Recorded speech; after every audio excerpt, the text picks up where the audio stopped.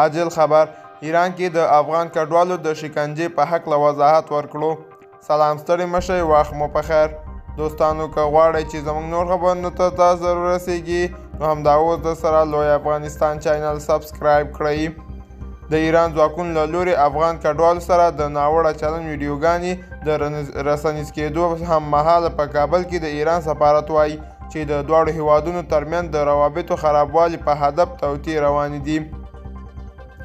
ایران سفارت نه دی ویلي چې دا توطئې څوک کوي او یا د ویډیوګانې څنګه جوړوي.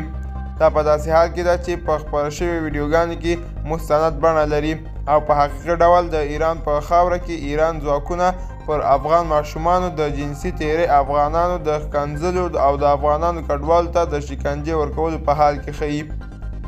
په ټولنیزو رسنیو کې افغانانو په طالب چارواکو پسې په کنایه بڼه لیکلي چې ایران ته دې په افغان کډوالو سره د ناوړه وضعیت په اړه اعتراف کړی، خو ایراني چارواکي ورته ویلي وو چې دوی د افغانانو سره د ناوړه چلند نه کوي څو هغه هیوادونه پرېښودو ته مجبور شي. افغانان د طالبان د ګرمولو سره پر پخوانیو سیاستوالو د پنجشیر مقاومت ډلې او د نورو ایراني پلوه لورو په اړه هم نیوکې کړي چې ویل کېږي د ایران په ناوړه چلند ځانونه چوپ ساتلي. دوستانو دا زموږ د دې سره چمتو کړی خبر. تر بیا ښې چارې.